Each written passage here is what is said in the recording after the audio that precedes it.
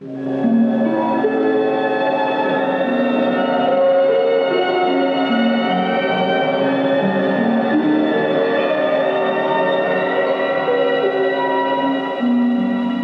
would it be like to be on the moon?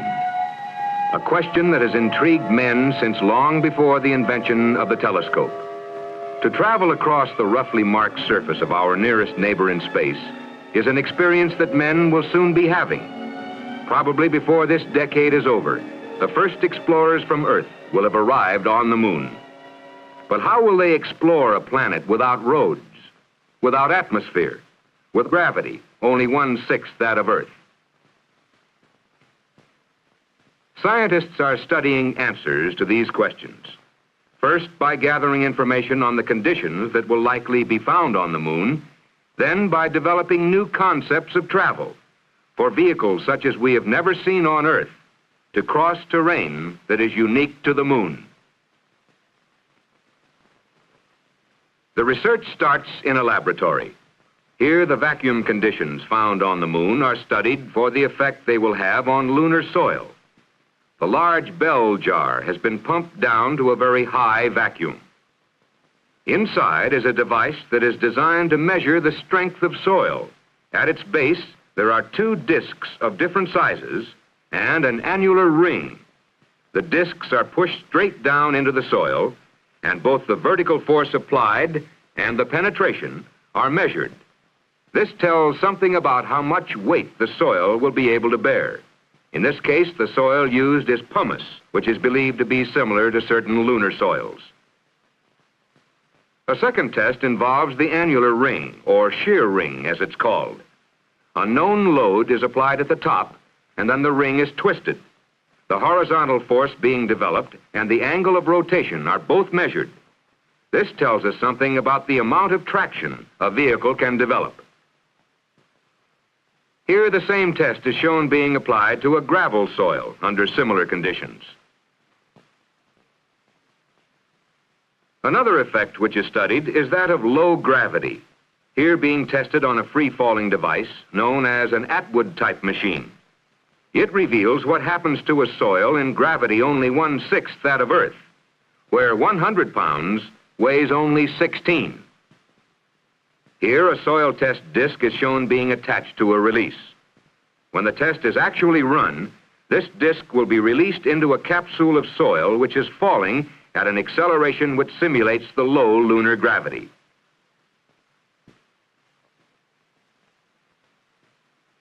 The entire device is raised high into the air, then dropped.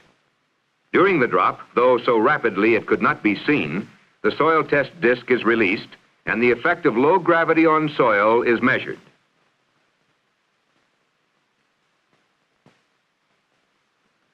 Based on such tests of soil properties, several vehicle models designed for moon travel were developed. Here is a vehicle based on the Archimedean screw principle, propelled by the turning of 4 large screws. This wheeled vehicle rolls on 6 large, soft tires arranged on 3 axles.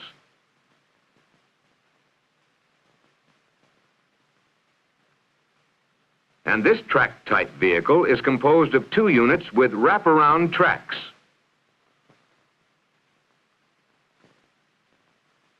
These vehicles were tested in a soil bin, containing soils of a type likely to be encountered on the lunar surface. Here, the tracked vehicle is made to crawl over simulated dunes of fine pumice. The wraparound tracks are elastic, with flexible prongs to conform to the terrain while steering at the pivot between the units. The Archimedean screw vehicle is designed to operate only where the soil is so soft that it cannot support the weight of a vehicle. Hence, it burrows through the soil. It is steered by running the various screw elements at different speeds, managing slow but effective turns. The electric cord trailing behind it is used to deliver power to the model. It is not intended for actual moon vehicles, which will use batteries or fuel cells. Generally, the screw principle is not very efficient and would be used only for special applications, such as this exceedingly soft soil.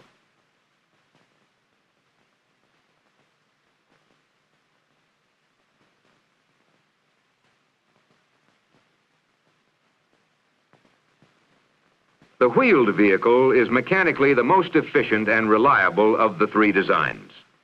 While it cannot perform as well as a track on soft ground, its many other advantages make it an attractive solution to the problem of an all-around moon vehicle. This particular model has 3 axles or units, individually driven by 3 separate electric motors. The axles are connected to each other by elastic rods, which enable the units to dip and roll with respect to one another. Steering is accomplished by the small steering motors mounted on the front and rear units. The wheels shown on this model are made of foam rubber, but this would not be the case for a real moon vehicle, since foam rubber could never endure the severe lunar temperatures. Instead, a full-size design might feature lightweight wire frames, which would be covered with a thin, tough plastic material. In case the lunar surface does not turn out to be a fine dust, but instead consists of a rough and rocky terrain, the wheeled vehicle will perhaps show itself to its best advantage.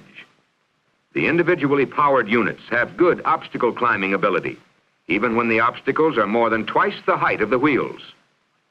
The vehicle can force itself over and around boulders, yet always hug the terrain because of its special design, which is called articulated.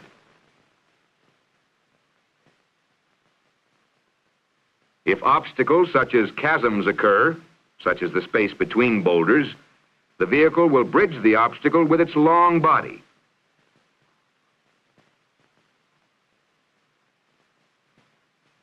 Where one unit has lost traction and cannot pull, the others will push it along. In turn, if they lose traction, they will be pulled along, so that the vehicle remains in motion whatever the soil or terrain. In general, the wheeled vehicle seems a promising solution to the problem of moon travel. Yet much work remains to be done. Further and more realistic testing in the moon environment must still be accomplished. New moon vehicles will be conceived, designed, and put through their paces so that the astronauts of tomorrow will have the vehicles to carry them safely to the farthest reaches of the moon.